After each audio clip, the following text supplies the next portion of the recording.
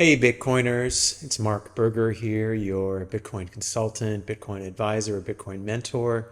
It's July 5th, about 6 o'clock Eastern Time, and the price of Bitcoin is at $56,713 right now. And we're down considerably, probably about 25% from the all-time high of near 74,000.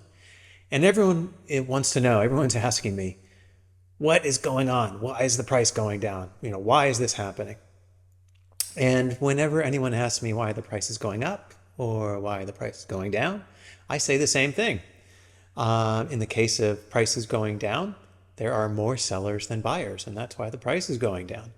Now, I know that's not the answer you're looking for, so I wanted to give a little video here at the end of the week to explain really what's going on. And in this case, we actually know why there are more sellers than there are buyers in the Bitcoin market. But before I reveal that, I want to first say that this is nothing unusual. We actually went to about 53,000 and some dollars early this morning, Eastern Time, and that is calculated out to about a 27% drop from the all-time high. And drops of 25 to 30% during a bull market, which we are in, is not uncommon at all. It's not pleasant to watch the price go down, but it's not uncommon at all. And in fact, this is very healthy. Markets work like a rubber band in a way, or a slingshot. So the lower price goes down, that just gives us more energy and more momentum to shoot up to the upside when all of the selling pressure is done. So in a way, you can look at dips, and the bigger dips is actually great opportunities to buy more Bitcoin because I think we are well on our way to over $100,000 by 2025.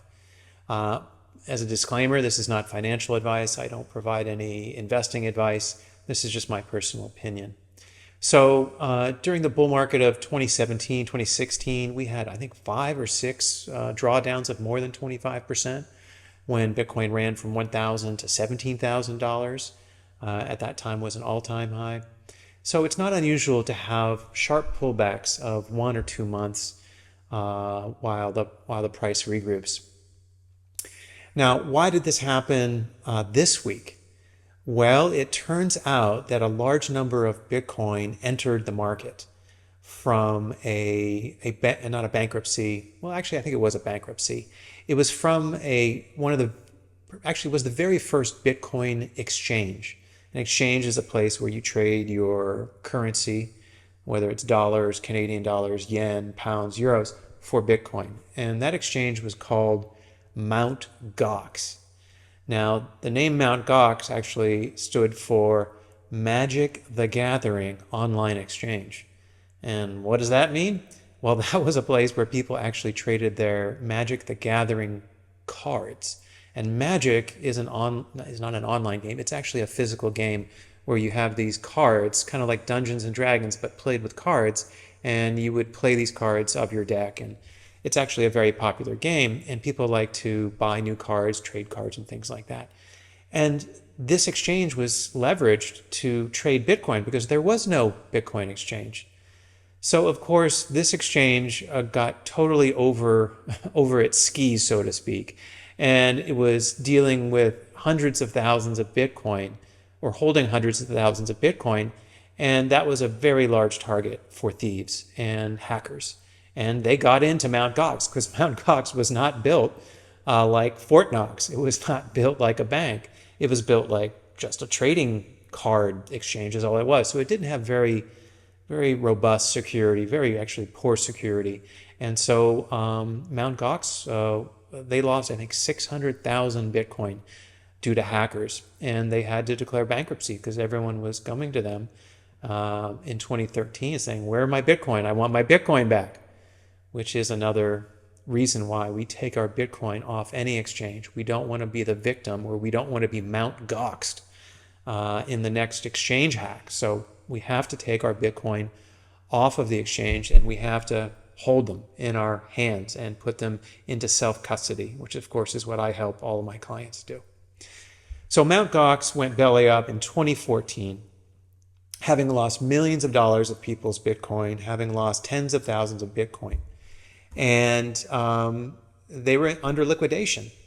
And the process of getting these Bitcoin back to the original owners has taken many, many, many, many years. Japanese government, I don't think really, wasn't in any hurry to get people's Bitcoin back. But finally, now, these Bitcoin are going back to the rightful owners who lost their Bitcoin back in 2013 and 2014. So these are people that have probably had large amounts of Bitcoin, more than 10 Bitcoin, hundreds, maybe thousands of Bitcoin that they lost, and they're getting a portion, just a portion of those Bitcoin back. Now, those redemptions, those handbacks of Bitcoin to the people who lost their Bitcoin started on July 1st. And wouldn't you know it, that was the same time that the price of Bitcoin started to go down. And this process will probably continue for the rest of the summer, seeing large amounts of Bitcoin being sold into the market. And some people say, well, not everyone's going to sell their Bitcoin. Some people want to hold on to their Bitcoin.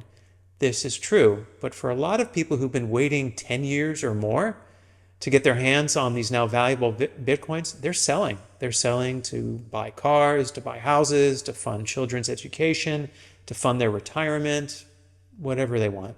So there's a lot of selling going on right now, and that is why the price is going down. More people are selling than buying. And it's all right, because the dynamics in the favor of almost infinite price rise of Bitcoin is built into the protocol. We have a deflationary protocol on our hands, the first ever deflationary money, the first unconfiscatable asset in the history of the world is available to us now. And that's why we shouldn't be scared about this recent fall. And as far as where price is going in the future here, I think we could see price go into the 40,000s, probably into the high 40,000s until we find a low. And I wouldn't be surprised if we see that sometime this summer. But then I think that's a great buying opportunity. Personally, I will be buying a little bit here and there to add to my portfolio or add to my stack rather. So don't be scared. Don't worry. This is a free market that we see operating here. We have a large amount of Bitcoin. Some people have estimated 65,000 Bitcoins are being released to the creditors of Mt. Gox.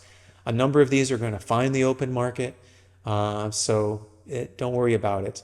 The dynamics in terms of new supply, the halving has cut supply down to 3 1/8 Bitcoin every 10 minutes. So time is on our side here. So use time, be patient here, wait for the price to stabilize and find a bottom. If we go even lower from where we are now at 56,683, if we go even lower here, bide your time and be patient and have a long-term time horizon. Remember, think about your Bitcoin as a long-term savings account, and you don't want to touch it after you buy it for at least 3 years, preferably 5 to 10 years.